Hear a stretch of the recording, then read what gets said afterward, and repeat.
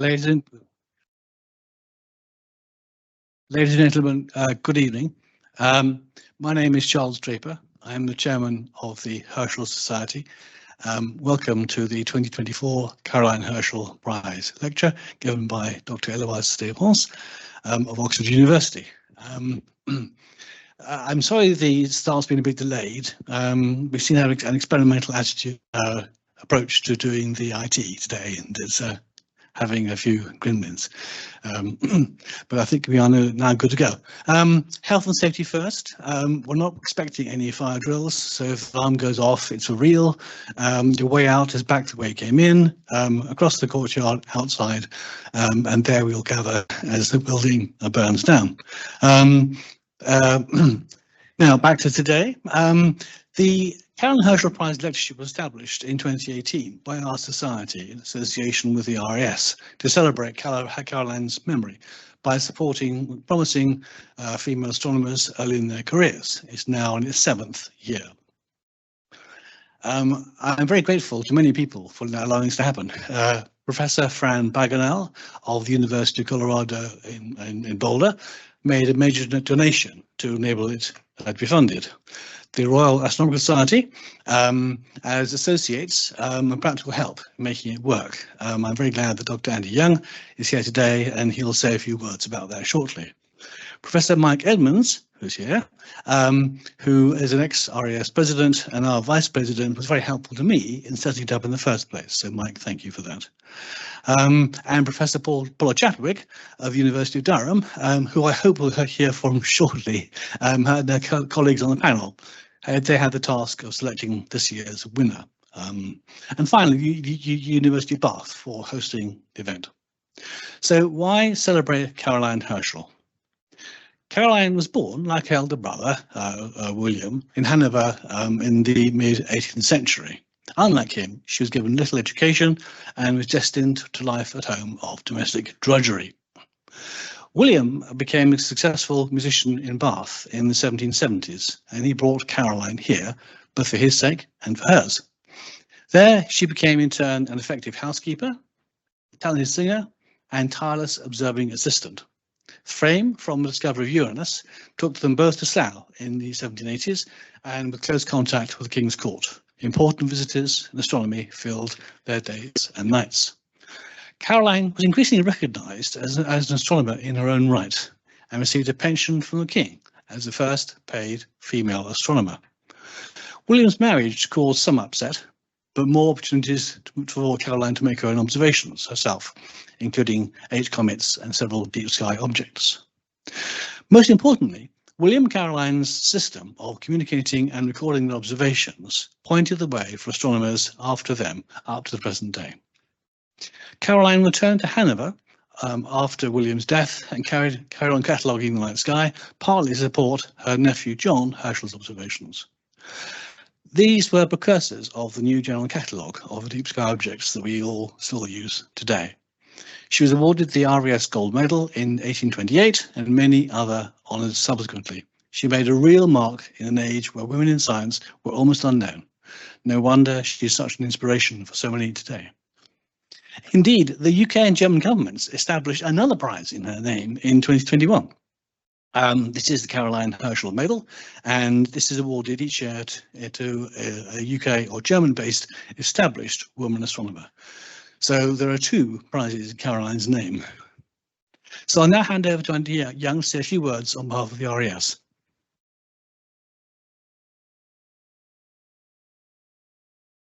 Great, thank you.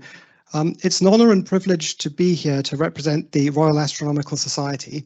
The RAS was founded in 1820 to encourage and promote the study of astronomy, solar system science, geophysics, and closely related disciplines.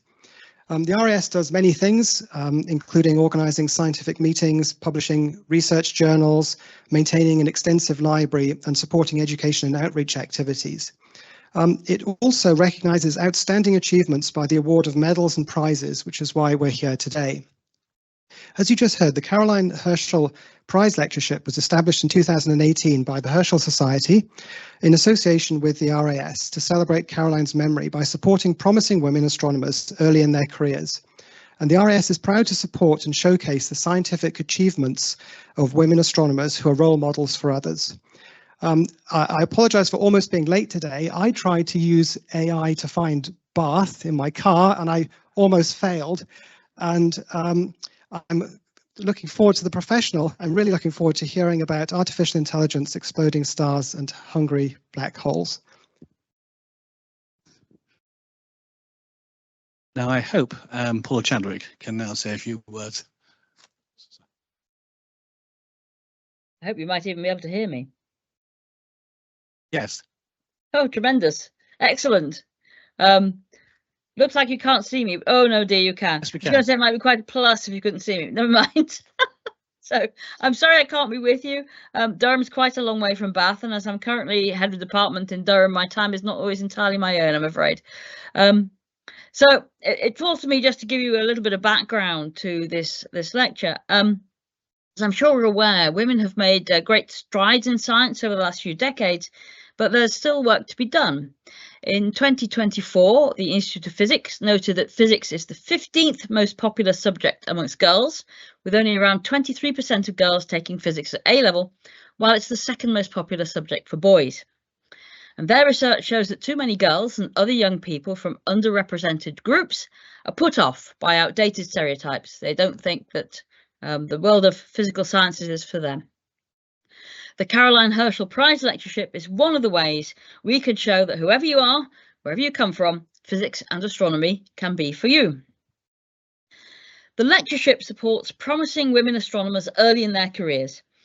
The intention is to give early career women extra visibility, to break down those stereotypes, and to provide a stepping stone to an academic career. The awardee must not, at the time of application, hold a permanent academic position, although on occasion awardees have gained such a position very shortly after being awarded the lectureship, so it obviously works. We had an exceptional field of candidates this year. I and the other panel members, Jane Birkby and Lindsay Fletcher, to whom enormous thanks, really had a very difficult time choosing our lecturer for 2024. So this year's lecturer really is the best of the best. So Eloise is a computational astronomer and Schmidt Artificial Intelligence in Science Fellow. She's based at the University of Oxford.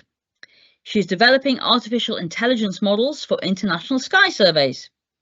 The tool she's designed will work alongside experts to find new cosmic explosions that can teach us about the origin of the elements, black hole physics, and the expansion of the universe, from stars exploding to stars being eaten by black holes. It's a pretty rough time for the stars. In the coming year, the Vera Rubin Observatory will start observations, and that will lead to an absolute deluge of data, and humans alone will not be able to process that in good time. So we wait to be fascinated by what Eloise has to tell us. Thank you, Charles. Paula, thank you. So I now invite Dr. Eloise Devance to give the 2024 Caroline Herschel Prize Lecture. Oh, yeah, go on. All right, so if the mic's too loud, just look confused and we'll ask the tech people to make it work. Okay, so thank you very much, first of all, for the prize and for inviting me here. Now, to do astronomy, you don't need fancy equipment. People successfully sailed the Pacific using nothing but their eyes and the motions of the stars and what they knew of the night sky. But new technology can really help you open a new window onto our universe. The invention of the telescope allowed Galileo to find the moons of Jupiter. The invention of photography put astronomy into the Industrial Revolution. And I learned today how John Herschel helped with photography. Unfortunately, not soon enough for me to put him on the slide. The later part of the 20th century also brought new materials like semiconductors, which allow us to control the flow of electricity on a really small scale. That allows computer scientists to turn computers from things that take up a whole room to things that fit on a desk.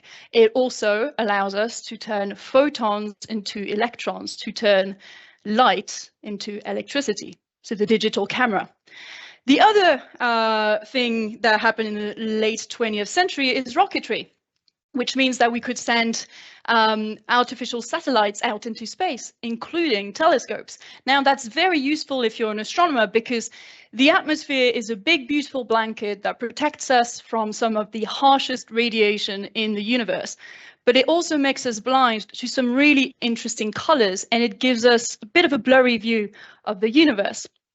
I think one of the standout pictures of the early 21st century is from the Hubble Space Telescope, showing us how much better we can see the night sky out into space. The Hubble Deep Field, which I'm sure you've all seen, this is only a very small zoomed in, cropped out version of the Hubble Deep Field, is a very small area of the sky, 10 times smaller than the moon. And that area of the sky was observed by Hubble for 1 million seconds. Now, this zoomed in, it's a shame we've got the lights. Oh, I highly recommend downloading the full picture on Wikipedia and zooming in on your phone. You can see so many galaxies. This picture is maybe 100 times smaller than the moon. And there's maybe 100, 200 galaxies on here alone. Now, the tradition of deep fields has stood the test of time. James Webb Space Telescope was launched on Christmas Day 2021, and in 2022, it released its very first deep field. Now, in this picture, you can also see some really cool galaxies. See that one? It's really stretchy because there's a big galaxy cluster between us and the source of the light of that galaxy, and that's bending the light around the gravitational well. Now you can see a few stars as well, the famous 6 spikes of James Webb, and also an awful lot of galaxies. Now, the point of this introduction was partially to have an excuse to show you some of the prettiest pictures of the universe that we have, but it was also to really impress upon you the fact that the history of discovery in astronomy is the history of a partnership between researchers and their machines, between astronomers and new technologies. And that's the theme I really want to explore today. Now, with my job, I'm very fortunate that I get to travel quite a lot. Earlier this year, back in June, I was in Chile to observe at Lucia Observatory for a couple of days with the new technology telescope. There's the tin can you can see in this picture. Now, I'm not sure whether you can see with the light, but that sky has a lot of clouds in it. Not ideal if you're trying to observe. Now, fortunately for me, the clouds were swept away very quickly by extremely strong winds that started battering the summit.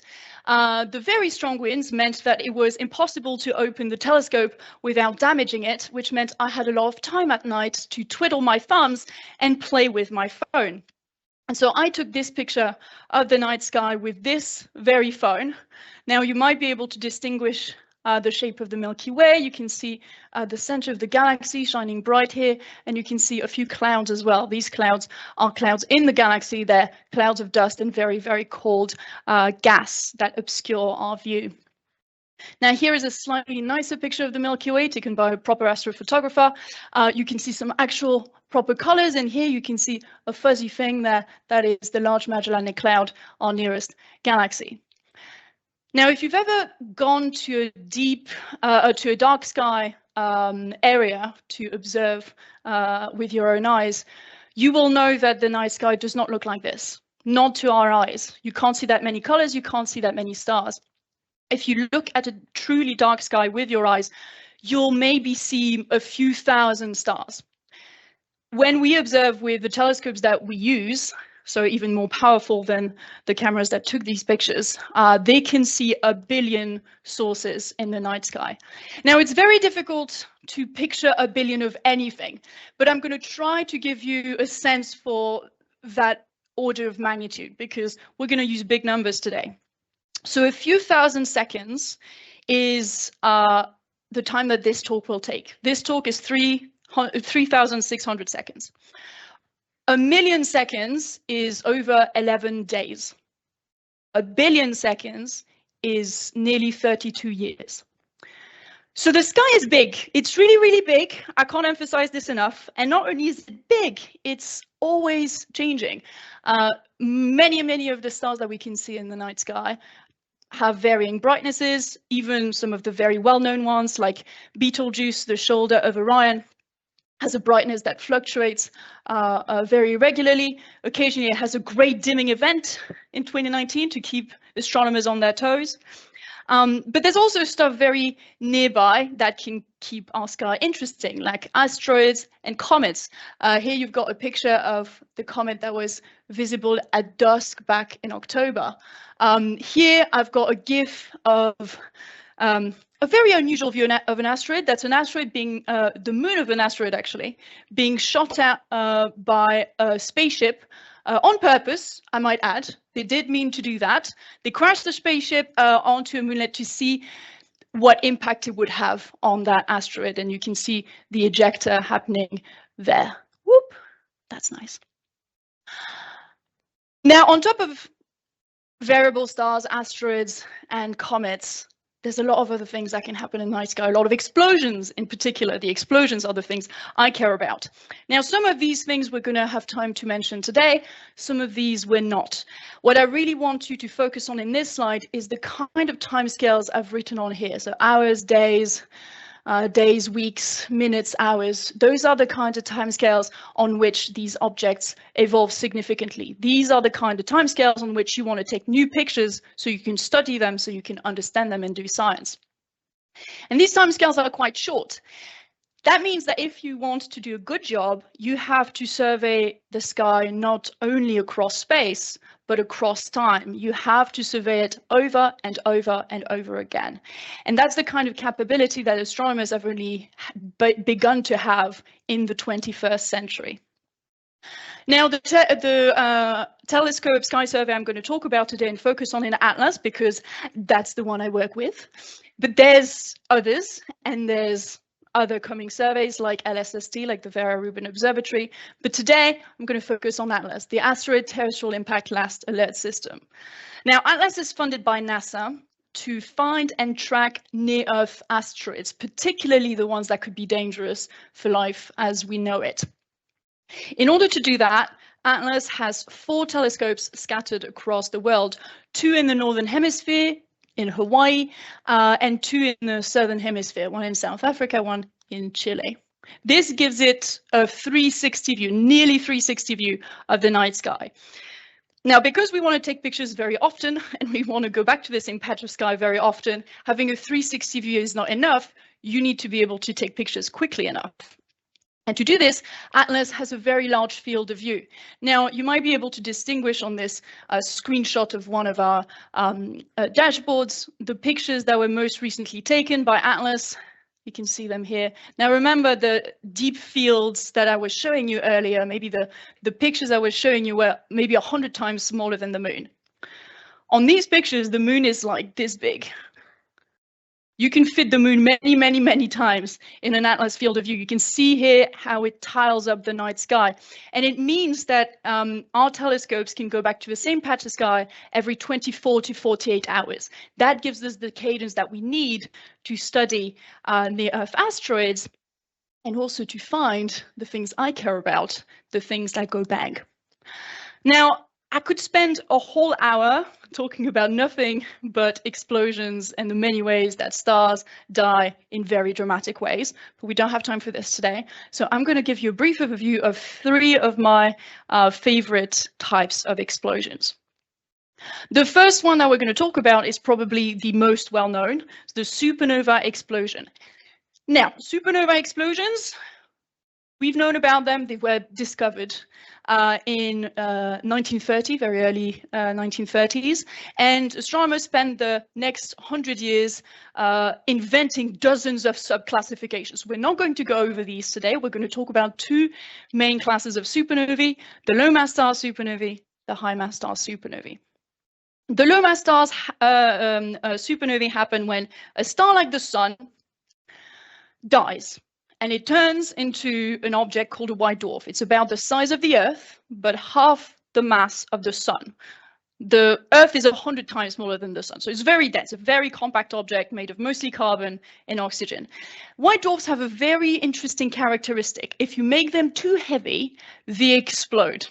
If you make them 1.4 times the mass of the sun, they explode. So if they get too close to your companion and merge with it or just suck up its outer envelope, they go bang. And when they go bang, they create most of the iron in the universe. So just a quick reminder, the universe was born with just hydrogen, helium, a little bit of deuterium and beryllium. So everything around you, everything that you're made of, most of the things that you're made of, created in stars or in explosions of stars. The other core characteristic of these types of supernovae is that they can help us track the expansion of the universe. I'm not going to expand on it today, haha, but no, never mind, okay. But some people got a nifty little Nobel Prize in 2011 for this, so good for them. My favorite type of supernova is the high mass star supernova. That's what happens when a star born with more than 8 times the mass of the sun reaches the end of its life. At that point, its core collapses into either a neutron star or black hole. The rest of the star explodes, it gets really bright, and creates a whole bunch of oxygen, calcium, and other things that your body is made of. Now, the neutron star is the very exciting bit, in my opinion. This picture, I should say, is a real image.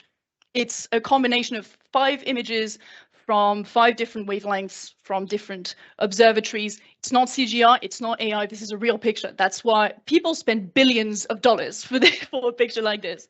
The purple/pink thing is the X-rays, the same X-rays that allow doctors to see your bones. These were observed with Chandra Space Observatory, and you can actually see the neutron star there. And the reason there's a little pinwheel nebula around it is because that neutron star is on steroids, spinning really quickly and launching a jet. So yeah, the high mass star supernovae are definitely the coolest.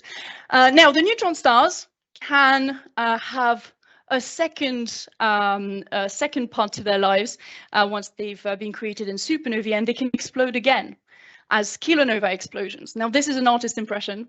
We've never gotten that close.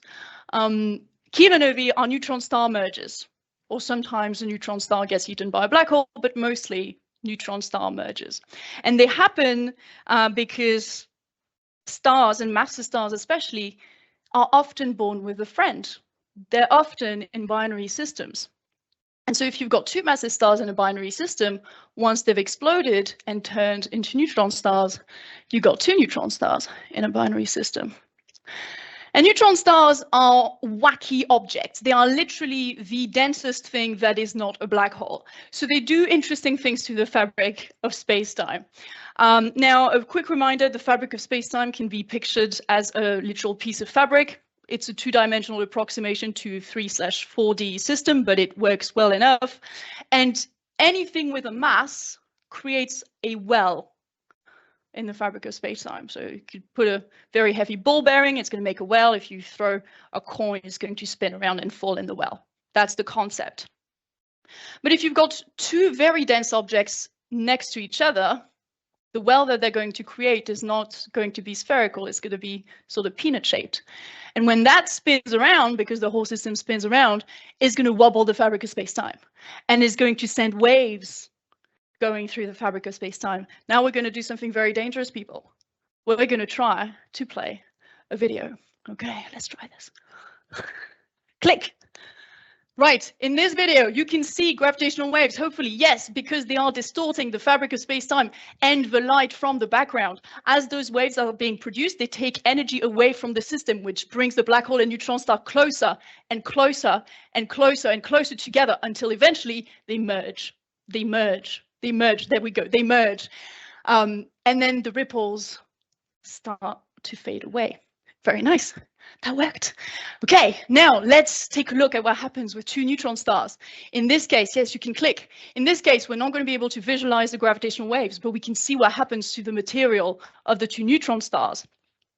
Now, these 2 neutron stars are going to get squished as they get really close to each other. They're going to get squished and distorted by their own gravitational field, which means that some of the material is going to merge and some of it is going to get shot out, literally flying out into space, and it's going to form this ejector and this disk around the hypermassive neutron star, which is eventually going to collapse to a black hole. You're going to see it 1, 2, 3, bam. There we go, black hole. These systems and this ejector is what shines so bright. That's what we can see from these distant galaxies across space and time. And these ejecta are also made of very weird neutron-rich material, and they're able to create some very heavy elements like platinum, palladium, gold, rare earth elements, all of the good rare stuff that you need to make smartphones and other pieces of technology. Now, the final type of transit we're going to talk about is where the hungry black holes of the title really pays off. Those are the tidal disruption events. Tidal disruption events are what happens when a black hole is minding its own business, and then a star comes in and ruins its day, or makes its day, depending on what kind of narrative you put on this. So we're going to once again have a lovely video that I did not make. Click, please. Awesome. You're going to be able to see, we've got a black hole, kind of like interstellar. They don't all look like this, but that's a nice imagery. And we've got a star coming in hot, a normal star, not a neutron star. And that star is going to get squished and stretched and spaghettified by the gravitational well of the black hole. And then, bam, it gets completely disrupted, completely torn apart. Can you pause the video here, actually? Because that's a pretty good image. Amazing. Now you can see some of that material gets flung out, some of it comes back around the black hole, and here they've made it, you would never be able to see the black hole, but you can see that there's a black hole and it's shining. What's shining is not the black hole, it's the material trying to enter the black hole. There is too much star material trying to fall down that well, and there's a traffic jam, basically a space traffic jam. And just like people in traffic jams, things get heated. And if the material gets heated too much, it starts shining very, very bright. That's why we can see them across very distant galaxies. And these, oh, wow, did not expect that. Okay. And the tidal disruption events are very interesting because they allow us to probe black hole physics. Black holes, very difficult to study because you can't make them in a lab, and you can't see them most of the time. But with a tidal disruption event, you can see the type of black holes that you wouldn't otherwise be able to see out in the universe. It allows astronomers to measure their spins, to measure their masses, and to better understand these very weird objects. So the point is that transients, these weird explosions in the sky, allow us to understand many different aspects of the universe. But if we want to learn about these things, the origin of the chemical elements, the expansion of the universe, the weird physics of black holes and neutron stars, we first have to find these objects. And that's not easy. All right, slight change of pace. Can you see the difference between these two images? Yes, I think you will be able to. So these two images are the same image taken by the same phone. They're a very zoomed in, cropped out bit of the image of the Milky Way that I showed you, that I took with my phone back in Chile. Remember that picture at the beginning? The only difference between these two pictures is the file format. This one is the raw image taken by my camera. You can actually see the pixels of my camera. There's some squarey shapes. That's because those are the actual pixels of the camera on my phone. And that's the JPEG saved by the phone. Now, those of you that know JPEG will be very confused because JPEG is a lossy type of file compression. So lossy file format. A JPEG should be worse than the raw image that it JPEG'd. But for some reason, it looks like there's more pixels in this picture than there's pixels in my camera. How is that possible? That's because I have a smart camera. This is a smartphone, and it is using magic maths to artificially increase the resolution of my picture. It's using generative AI. So now that we're halfway through the talk, let's talk about AI. What is artificial intelligence? I'm sure you've seen the word everywhere. I'm sure some of you are tired of hearing it, and to tell you the truth, so am I. Now, in this talk, and I think out into the world, forget the word AI. It's all vibes. There's a long history to the word artificial intelligence that is mostly to do with people being people and less to do with technology. It's interesting, but that's not the point of this talk. AI is just machine learning. I'd go even further. Machine learning is just statistics. Now, I understand that AI sounds a lot cooler than statistics, but sorry, that's what we're doing. We're doing statistics. And in particular, because we're doing learning, we're trying to teach the machine to do something. What we're going to do is we're going to learn a function, a mathematical function. Now, there's going to be no maths in this talk. We're going to use the analogy of a DJ deck. Now, I've never used one of these things. I have no idea how they work, and I don't expect you to either. But the analogy is pretty good, I think. DJ deck, you've got music coming in, a bunch of knobs and dials. If you mess with them, the music that comes out sounds different. That's what a function does. A mathematical function takes an input, mixes it up, something else comes out. Now, the problem here is that we've got our input, we've got a lot of data.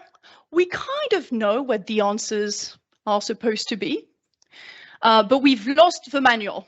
And all of the words are rubbed out on a DJ deck. We don't know how to use this thing. So what we're going to do is that we're going to put stuff in, we're going to play with the knobs and dials until it starts sounding right. That's essentially machine learning.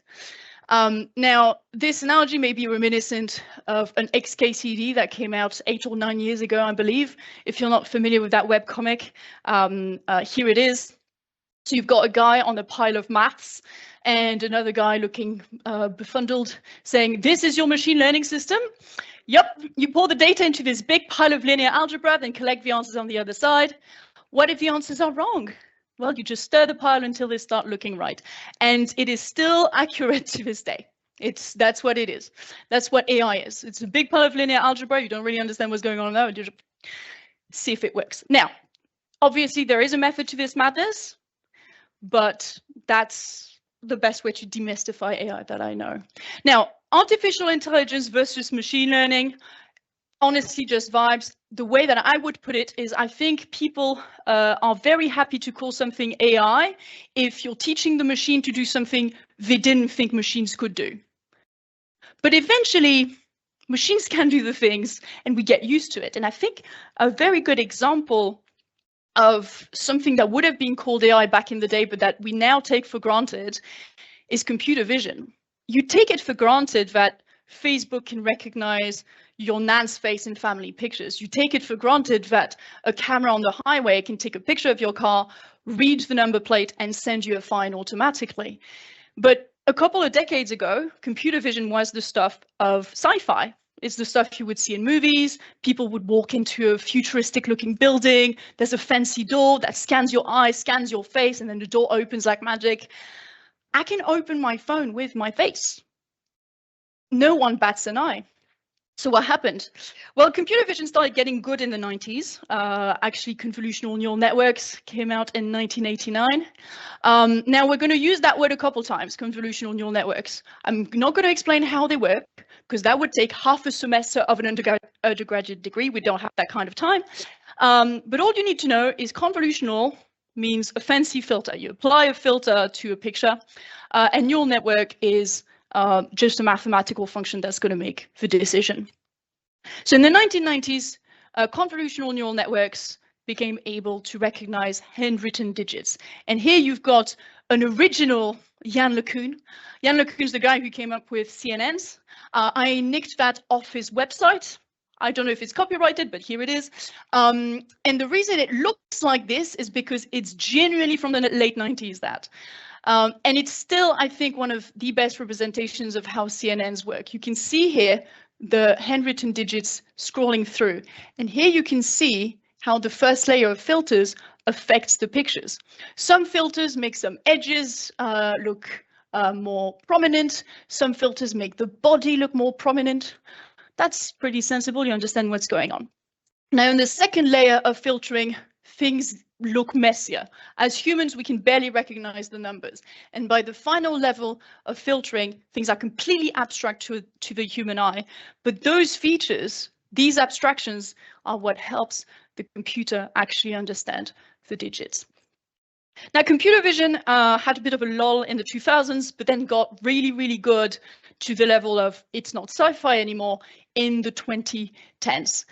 The ImageNet dataset was 1.2 million images, labeled images that were released out into the world. And then they said, okay, take the pictures and make your algorithms, and then we'll put you up in the challenge against humans and see if your computer can do better than the humans. By 2011, we had the first neural network that could beat the humans. By 2012, we had the famous AlexNet that won the competition by a very, very large margin, so much so that it helped accelerate what we now call the deep learning revolution. And then in 2013, we had a lot of tech giants like Facebook hopping on the trend. The reason that I'm highlighting Facebook in particular is because they called their thing the AI lab. Now, artificial intelligence up till that point was not, crackpot word, but like it was a very overused word in the late 20th century, so people didn't like using that word. And basically, Facebook reclaimed AI, and that's why 10 years later we're all talking about AI and not machine learning. It's because of this. Now, what was special about AlexNet that kind of started this revolution? Well, it was just massive. The thing that recognizes the handwritten digits, the Net5, it has 60,000 of these knobs and dials in the function. AlexNet has 60 million. Basically, what these people showed is if you just throw a lot of computational power at something, the machine can do a decent job. And that's essentially the story of advances in machine learning in the last few decades. The breakthroughs come when you have more data and more compute. And for computer vision, the 2010s was just the perfect storm. You had more data, all of the data you needed, because by the end of the 2000s, we were all on social media.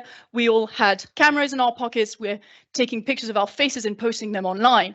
The compute came because GPUs were extremely widely available or becoming widely available because of the CGI and video game industry. These are important because they're good at linear algebra. Remember the guy standing on the pile stirring it? Linear algebra is the thing you do when you're training a machine.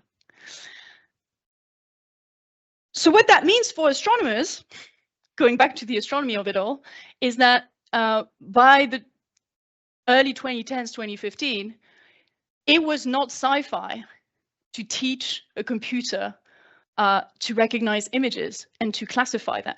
And that's very useful if all you do all day long is manage images. Now, can you spot the difference? Maybe, we'll see. I don't know how well you can see from, let me see from a distance. Yeah, maybe. Can you spot the difference between these two pictures? That's the before, that's the after. Look in the middle. There's a bit of a difference. I'm going to help you out. There's a bit of a fuzzy thing there. So I'm going to remove that, and bam, there is the supernova. See it? Right there. If you see it in the, there's the little bit of a dot. It's hard to see, isn't it? Tough job. This is all we do with our telescopes. It's called difference imaging. You take a wallpaper or reference, you take an observation, you subtract one from the other, and bam, you can see your supernova. But the sky is big, and difference imaging is not easy. Difference imaging often goes wrong. There's no difference in these two pictures, but it's a very crowded field, very difficult to align, very difficult to remove. There's a lot of apparent sources in this difference image, but none of that is real. So we've got a bit of a needle in the haystack problem with our surveys that look at the sky over and over again. We've got tens of millions of these differences, but only a handful of real interesting explosions that we care about. So that means we have to automate, and the computer is going to help us. Now, the first thing we're going to do is not machine learning, actually. The first thing we're going to do with our massive alert stream of tens of millions of differences is some basic quality cuts, the details of which I'm not going to go into. But that removes a whole bulk of crap. The second thing we're going to do is cross-matching with astrophysical catalog, so we can remove the known variables.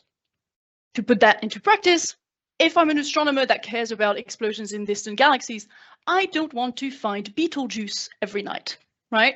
So I can cross-reference that and remove it from the stream. But once you've done this, you still have tens of thousands of potential alerts, many of which are what we call bogus. And that's where the CNN, the convolutional neural network, comes in really handy.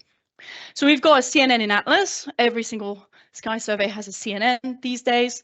And in our case, we take the difference image, the center of the difference image, we put it through our CNN, filtering, filtering, filtering, decision, decision, decision. And what comes out is a number between 0 and 1. That's the real bogus score. 0 is bogus, so not real. 1 is real.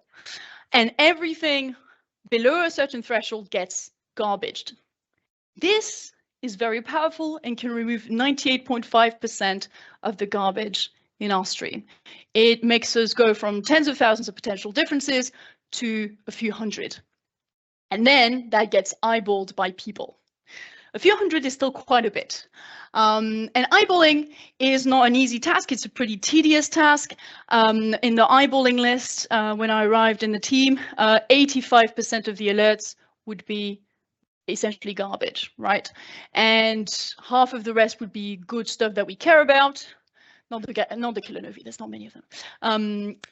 And then the rest would be real galactic stuff, because there's explosions in the galaxy as well. So it's very time consuming. But the reason it's so hard to automate is because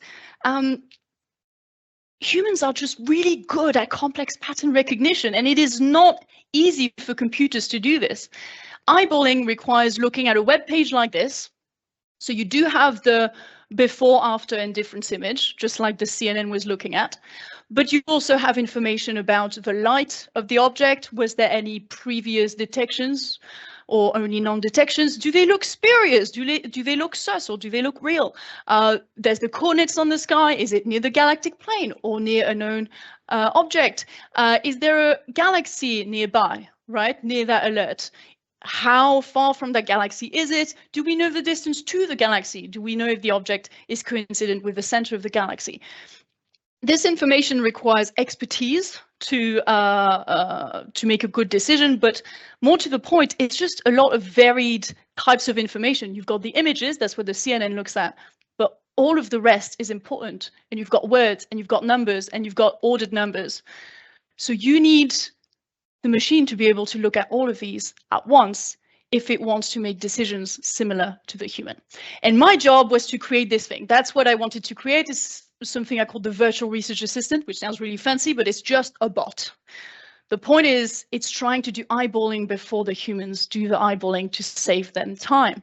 So the virtual research assistant ranks the eyeball list and then crops the crap. That's it. That's it, but it's not easy. Ranks the eyeball list like the humans would, and then crops the crap. And with this, I've managed to, I don't know if you can see that number, we've gone from hundreds of alerts a day to tens of alerts a day. The VRA has been working in production since September, and we're saving between 70 and 88% of the time of the eyeballers. Now, there's a lot of numbers on here because these are actually the technical plots that I send the team, but I just want you to focus on the gray area, the gray fraction. That's the fraction of alerts in a week that get handled automatically by the VRA and that humans don't have to touch. That's the amount of time saved, essentially. And as you can see, it ranges from week to week, but it's in the 80s in general. Sometimes there's a problem with the telescope and we have to go back and fix it, and it changes based on weather, but we're around 80% time saved. And that's the first prototype. This one was supposed to be bad, so I'm quite happy that this is working so well. Now, how does that work? Well, it's the same story. We're training a function. The inputs are what I was describing. We've got location on the sky, light curve history. We're using the CNN score. You know, we've already done the computer vision. We're not going to put that in the bin. We're going to use it. And the outputs are going to mimic the kind of decisions that the humans are making when they're eyeballing. When we're eyeballing, we ask ourselves two questions. One, does it look real? Two, does it look like it happened in this galaxy or in another? And that's what the function is going to give us. Now, without going into the details, I'm going to try and give you an analogy for what how my function is trained. Because I'm not using a neural network, I'm using a little mathematical trick called gradient boosting. Now, gradient boosting is a very neat little mathematical trick that statisticians came up with a while ago. And the concept is this: instead of trying to train a massive function, use a big DJ deck with loads of knobs and switches and all that, we're going to start with a very small function, very few knobs to train. And that function is going to be really bad. It's going to do a terrible job, but we're just going to run with it. And then we're going to take the results, look at how bad they look, and we're going to train another little function that's going to make them a little less bad. Still going to be bad, but it's going to be less bad. And then we're going to train another little function, etc., etc., etc. And so this collection of little functions eventually make decisions that are not that dumb, that are actually pretty good, and they can be trained with relatively few examples compared to neural networks. So what do we get in practice? In practice, we get a graph like this. We get our real scores from 0 to 1, our galactic scores from 0 to 1. And here I've color-coded things similarly to the previous plots. The blue stuff is the stuff that I care about. Those are the extragalactic explosions labeled by the humans. And as you can see, they're piling up really nicely in the real corner and the extragalactic or not galactic corner of the plot, which is great. That's exactly what we wanted. But actually what we were trying to do was rank the eyeball list. So how do you go from 2 numbers to 1 number that ranks the list? Well, we're going to use the really fancy, really newfangled technology of the Pythagoras theorem. 2,500 years old and still kicking. We're going to do a geometric distance. We're going to say this part of the plot is the best part of the plot. You know, it's the most real, most extragalactic. And we're going to rank everything with respect to this. If I've got an alert and this is its location on the graph, I just calculate its distance to that corner. It's a squared plus b squared equals c squared. And that's it. And that works. So maybe I should amend the statement I made earlier. Discovery is actually a partnership between researchers and the right technology. That technology does not have to be new. You can use really old technology and it can still do the trick. Right, so now this talk could end here. I believe this is 50 minutes. I've not been counting. But the reason that this talk is an hour and not 50 minutes is because there was AI in the title of my talk, and I have not yet mentioned ChatGPT. And I am sure some people are itching. What about large language models? So we're going to mention large language models. We're going to mention generative AI. We're going to have a little conversation because I don't think there's enough nuance in media about these things. And I want to look at it from the point of view of a scientist. You know, how do we look at these new technologies and what they can do for us? So can you tell what this is? Maybe people at the back. It's a bunch of squiggles mostly. This is a zoomed in, cropped out bit of a bigger picture that I took with this very phone, the same phone that took the amazing picture of the sky. This is a announcement board in an airport. I was stuck in Venice for 7 hours and I was trying to check how late my plane was going to be. And because I can't be bothered and I am blind, I was taking a picture with my phone and hoped to zoom in to see better, and oh, my phone had turned the words into squiggles. Now, to understand how this might happen, we're going to take a little detour and go back to 2016, when we reach another milestone of machine learning, when DeepMind's AlphaGo beat Lee Sedol, the world champion at the game Go. Now, this was a big deal because Go is much harder to train computers on than chess, and it was the first time it was ever done. But AlphaGo won 4 games, not 5.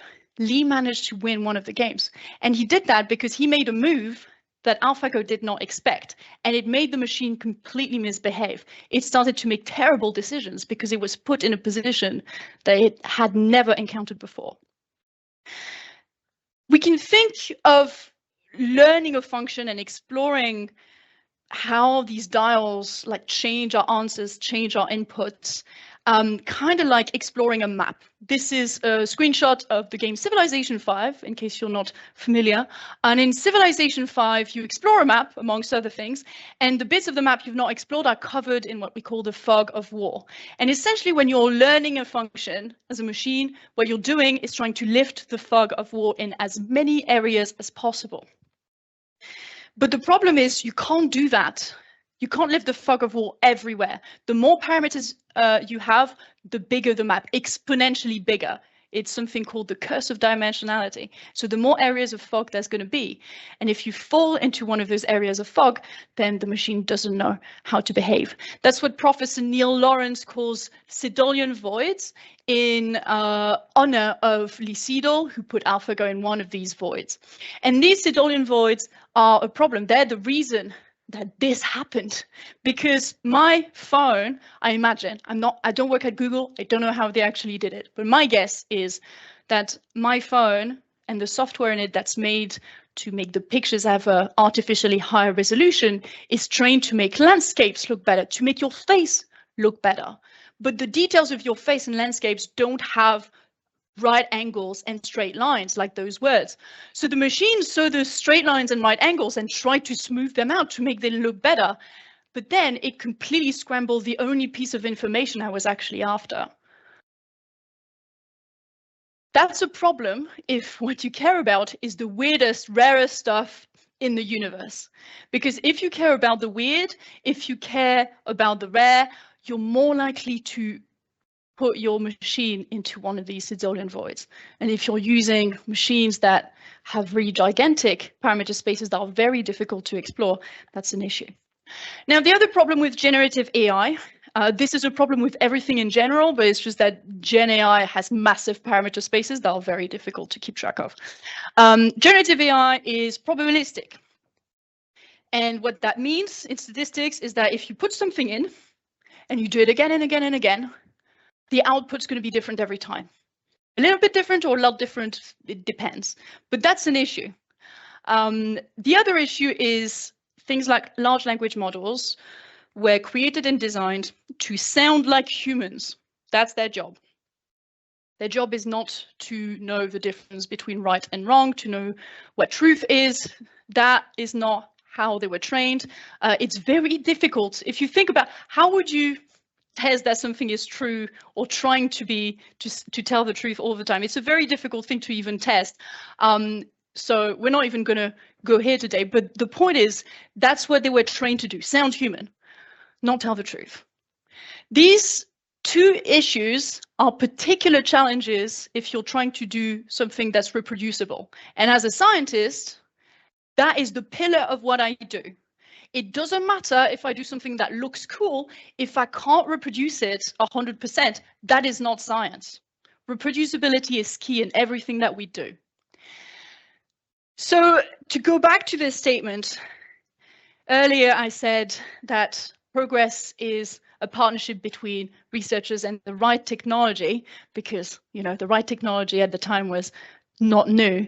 What I want to emphasize here is that new technology is not necessarily right. Just because it's new does not mean that it's going to lead to new discoveries. New technologies bring opportunities, the opportunity for new discovery, but new discoveries are not an inevitability. We have to try them out, test them out, and be very skeptical, very careful with what we do. There is a whirlwind of hype around AI, and it is not just in the general media, it's not just in public audiences, it's also happening in science. And I fear that we're creating a lot of stuff that is not as reproducible as it should be. We need to be as skeptical as we are passionate of these new technologies. Now, it sounds like I hate ChatGPT. That is not true. I do use it. I use Copilot to code all the time. But I want us to take pause and try these things out before we decide that they are going to lead to progress in all sciences. So what is the right technology when we're doing our jobs? The right technology is understandable, it's reproducible, and I would like to also add that it should be sustainable. Now, I'm only going to touch on this very briefly because it is not my job and I am not educated enough to talk about sustainability in great detail. But remember that machine learning breakthroughs came up because there was more data and more compute available. More data and more compute comes at a cost. It seems like it's free because it's in the ether and you don't have to handle it, but more data and more compute require more energy, they require more resources, they need to be dug up from the ground, that have a human cost and an environmental cost. And I really want us to be mindful of the planet that we're on, even when we're looking up at the heavens. All right, so to finish this, I'm going to say a couple of thank yous. Thank you to Ken Smith, who is the server wizard that keeps Atlas afloat all day, every day, even on weekends, and he's been my partner in coding crime. Thank you to my mentors, Stephen Smart and Stephen Roberts, especially Stephen Smart, because I wouldn't be here today without him. It was very, very tricky to get this job. 10 grant rejections, a year and a half not knowing what my next gig was going to be, and he believed in me when I didn't anymore. A big thanks to the Herschel Society for the prize, and also a big thanks to you all for being here tonight.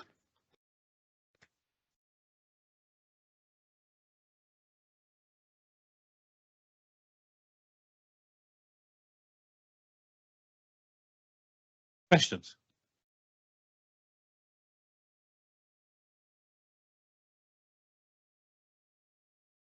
Stand.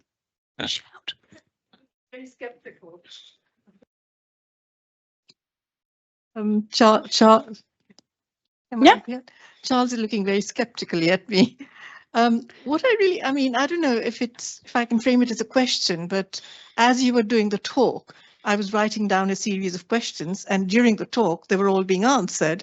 Oh, thank you. It's like there's a plot or something. Oh. But one of the questions I put down right at the beginning has come back at the end. Yeah. Which is really to do with the, when you started off with taking photographs of the heavens with your mobile phone, Mm-hmm. and the binary star being sort of attracted to the black hole, Mm-hmm. was giving off a bright light. Yes. So my question started off, series of questions started off by asking, why was what was causing the radiation? But in the end, my last question was something I'd asked in the middle, which is, it is a probabilistic thing. I mean, it is a system that is under sort of test, if you like, whether this finding the right solution will happen. So it's probabilistic. So my question was, how probabilistic is it that what we're observing and using AI to make more, shall I say, more real, Mm-hmm. is actually doing its job? Okay, so two very good questions. First, where does the light come from when you have a merger or an explosion? The light, the optical light, the one that you can see, the one that I study, almost always comes from things being really hot. Now, how do they get hot? Nuclear decay. So they make all of these new elements, and then they're really unstable. And as they decay, they produce photons, they emit light, and this is what we can see. Now, about how can we test probabilistic systems when we're doing stuff like this? So probabilistic systems, a model being probabilistic has a very specific definition. It means that the answer that comes out is not one number that's the same every time. So 2 + 3 = 4, not probabilistic. You can use it in probability, but that in itself, that construction, not probabilistic. Probabilistic would be if you're drawing a random human from a room, you know that they're going to be between like 4 foot and 7 foot. They're never going to be 12 foot. You know that. But they're going to be in the range of solutions and you don't know exactly where that is. So that's what probabilistic is.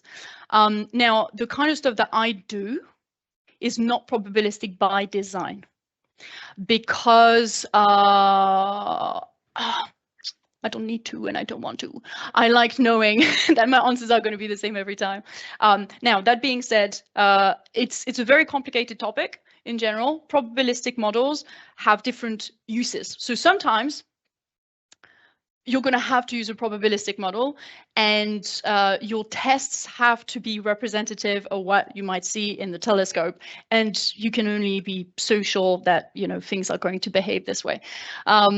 So the answer is not very satisfactory. It's a lot of like basically, I don't know if I can say it like this, fucking around and finding out. Sorry, but that's what it is.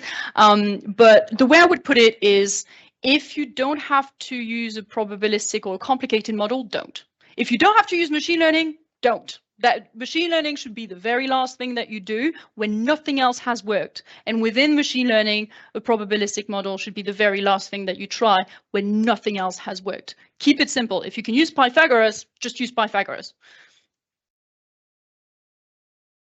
Yeah. Applying this to imaging. Mm-hmm. So how can we how sure can we be that the imaging that the the use of AI is producing is close to the truth? Okay, so I should really emphasize, my phone uses AI to make more pixels. We do not use this in astronomy. Never, ever, ever. For the love of God, absolutely not. Because generative AI basically generates data. That's cool if you're trying to make a picture look nicer. Terrible if you're trying to do science, because you want your data as raw from the universe as possible. So it was an example with my phone, and a picture on the theme of astronomy. We never use generative AI in astronomy pictures. Let's move on to someone else maybe, and we can talk afterwards. Yeah. Many of these, sorry. How many of those, I can't remember quite what you called them, the neutron stars hitting neutron stars. The kilonovae. How many of those events do you find each week? We've got 3 total. We've got 3 in total. These are so hard to find because they go up within a few hours and then they start going down really, really quickly. They're fainter. They're also rarer. The first one that we found back in 2017, the first one for sure, we found because the gravitational waves like arrived on Earth beforehand, and so people heard the gravitational waves, and then they were like, okay, something happened, point somewhere in this direction, and then people found the optical light a few hours later. So at the moment we have 3, and they're always found because something else happens, either gravitational waves or a burst of gamma rays that comes from that disk that's basically shooting a space laser at us. Just following on, how many supernovae? Thousands. Now it depends on the supernova. Some of the boring ones, thousands. Some of the exciting ones, like 12. Like I said, there's many subtypes, but we've got thousands. TDEs, it's 100. Tidal disruption events. The hungry black hole that spaghettifies a star, that's 100. Another question. Over there. Thank you for that talk. It was really fantastic presentation. The fact that we only have so few of these events, and even the 3 for the kilonova, is fairly optimistic given the quality of the other ones. How much of a problem is that training your data sets, both for your virtual assistant and your network? Absolutely. The reason the virtual research assistant asks such basic questions like the eyeballers is because so many people, I don't want to say it, bless their heart, so many people have created transient classifiers that try and classify 12 different things, some of which we have no known examples. They only use models to train the algorithms. And I don't think that is realistic at all. So the virtual research assistant asks two very basic questions. One, does it look real? One, does it look extragalactic? Now, a kilonova, that's the thing that annoys me the most in the astronomy transient my community, is people will train things on kilonova, supernova, etc., but they will forget that cataclysmic variables are a thing. What is a cataclysmic variable? You'll say it's a type of explosion that happens in this galaxy. And these explosions are quite quick, very, very similar looking to kilonovae. They're a very good contaminant of kilonovae. So if you don't take them into account, where's my plot? So that's why you've got the extragalactic stuff and the galactic stuff here. Now you may notice this axis is longer than this one. In my actual algorithm, where I use Pythagoras, this axis is much longer. That's because I want things at the top of the list to include the extragalactic transients, but also some of the galactic ones, because these are very good contaminants of the stuff I care about. So I want these things to be, these false positives that are actually decent positives, to be at the top of the list. So if there's something like a kilonova that I don't have a lot of good examples of and that could masquerade as one of these yellow things, I don't want to miss it. So I'm putting that in a similar sort of spot. So you're right, if you don't have a lot of examples of something, very difficult to train on it. And so you have to be careful with your metrics. What are the metrics that you're using to assess the model? And do you risk missing out on the things you truly care about? Does that answer the question? Another question.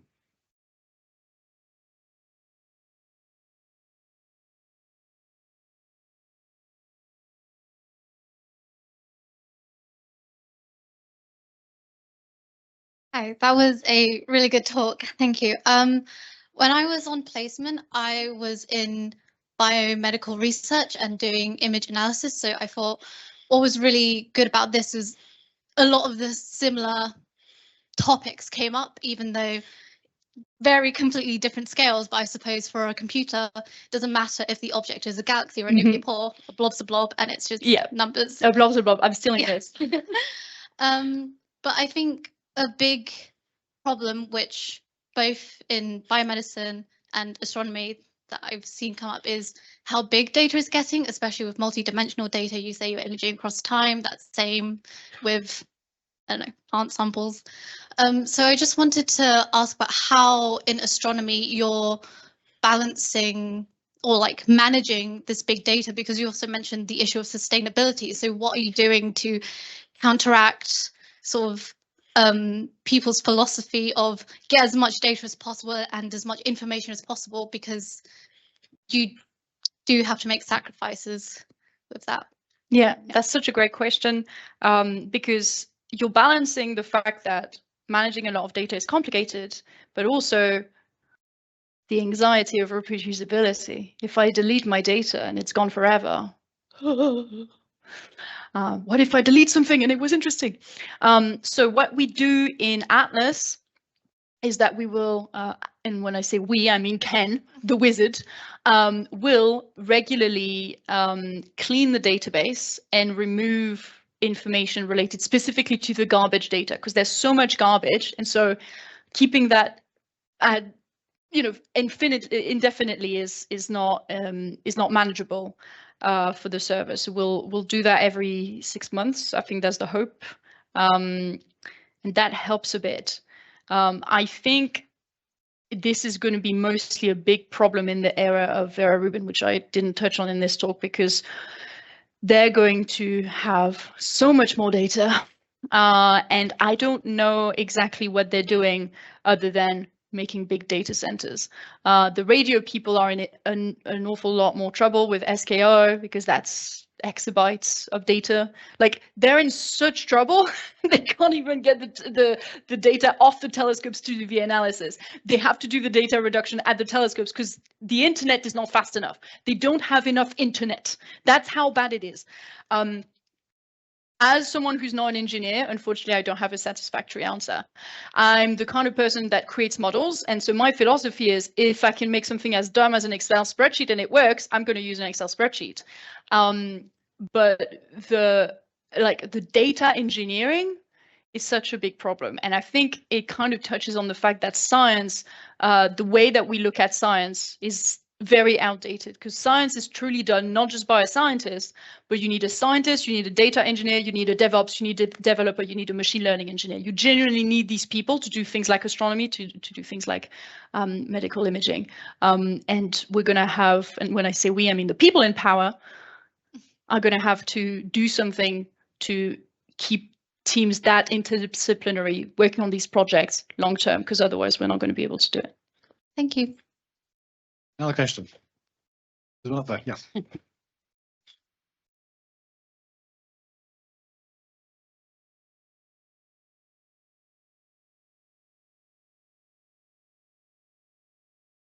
I'm probably going to butcher this question a little bit, but in terms of the actual eyeballs, that pattern recognition that people have, that's based on their experience and the amount of time they've put in.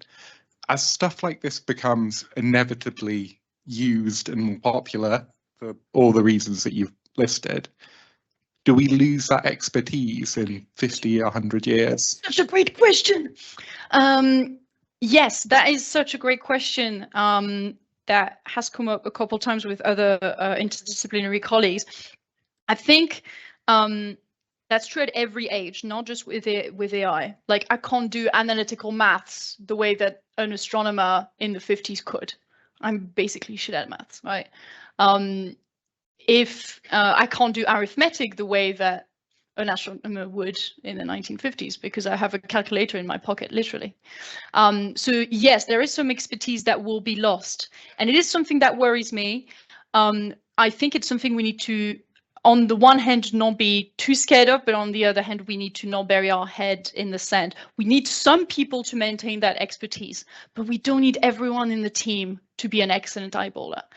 So now, in the case of eyeballing and things like that, I don't think we should remove the human element ever. So I don't think that expertise will be completely lost, because you need a human to do the final decision making, especially if you're going to be triggering expensive telescopes that cost £10,000 a night. You don't want a machine to be making that decision. You don't want a machine to be binning the interesting objects. So the other problem is, how do you handle the human-machine interaction? So that's another expertise that needs to be built that doesn't necessarily exist yet. Because the problem is, people are tired and people are overworked. If they see the machine saying that looks good, they might be like, fuck it, like, looks good to me too, bro, and they're not going to look too hard. We need to fight that. I don't know how to yet. It's something I'm going to look out and explore, but there is the case of astronomy expertise. We don't want brain drain to occur, and understanding how these machines work so that we can make good decisions always. Yeah? Another question. Actually, I've got one. If you go back to the process you were describing, whereby you have a sort of huge set of data, and you're eliminating various elements of it on the way through to get rid of. You mean this one? Yes. And you rely on the last stage to be done by a machine. How can you be sure that machine will be reliable when it does that? Well, that's what I'm saying. We shouldn't remove the human. I generally don't think, some people in astronomy are like, ooh, we can basically have RoboCop writing papers for us. I think it's a terrible idea. I think it defeats the point of science. If we're going to have robots writing papers and robots reading paper, then what are we doing? But more to the point, I think the very last bit of decision making, because of these things I was talking about, these Sidolian voyage, the fact that rare, weird things make machines behave erratically sometimes. The way I approach this is, I want my machine to let through the weird stuff and basically not make a call. And then say to the human, you do this. I don't know how to do this. You handle that. And that's what the humans are for. The machine will do as much of the easy stuff as possible, and then the humans with their expertise and you know, they're just going to make a decision. It might not be the right one, but they're going to have a reason for it, and then they can answer for it in meetings. There's also the question of accountability, you know, who's accountable for a crappy decision if you have computers all the way through. So you can't be sure that a computer is going to make the correct decision 100% of the time. And when you think they're going to make more bad decisions, that's where I think you need to put the human back in. But if it decides to exclude something, then the enable never sees it. That's true. That's true. And that's why you need to test your algorithms to see what they exclude. And that's what we do in the VRA. Where do you have these fractions? I have checked what the VRA binned that other telescopes detected and put out in the transient name server, we call it. And I checked, were these bad calls or were they good calls? And most of the time, they were really good calls. We didn't put stuff that were cross-matched were either false positives that people were a little too excited about, but turned out to be galactic, so not real. And some things were real, but not visible by Atlas. It's just that the other telescope can see half a magnitude fainter than us, and it looks like genuine garbage in our data. So you can't expect, a human would not be able to tell. You can't expect the machine to tell. You can't outcompute bad data. I will just put this out there. Just because you have a fancy algorithm doesn't mean that it creates new information. So it is a concern. We do check. Another question. Yes, sir. Wait, please wait, please wait. Yes, I'm not sure I understand why a supernova that occurs in galactic is different. It should be so different from a supernova that occurs outside the galaxy. Yes, yes. So I should have explained that better. These are not supernovae. If there was a galactic supernova, you would know. First of all, the galactic supernova people and the neutrino people will be all over the place. They talk about the galactic supernova like it's the second coming of Jesus. But these things are explosions that are not these really crazy ones I was talking about. They're cataclysmic variables. These are explosions, small scale. They're stars that go into outbursts, things like that. So interesting, but not for us. Does that answer the question?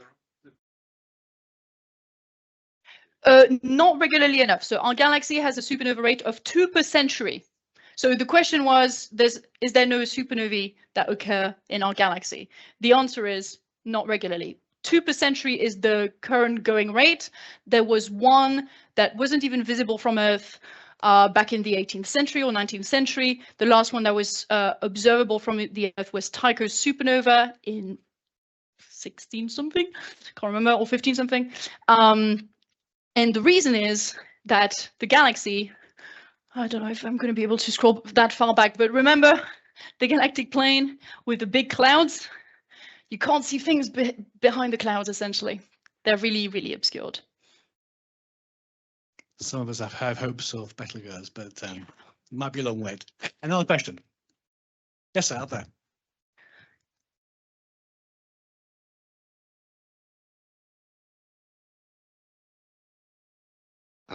Thank you. There's a lot of work involving laboratory astrophysics where you're recreating conditions such as the inside of a star.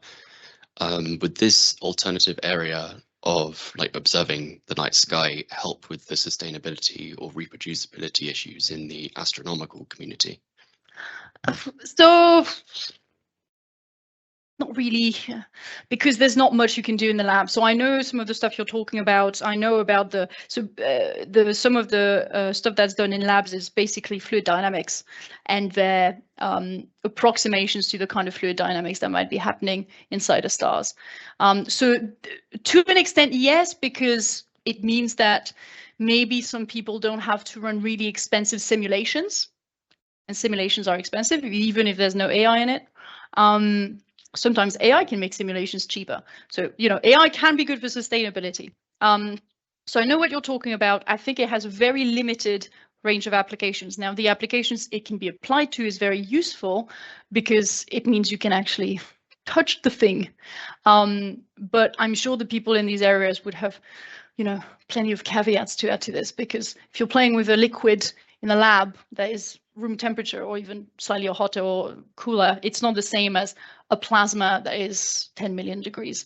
So not really, but it's really cool science. Thank you. Another question.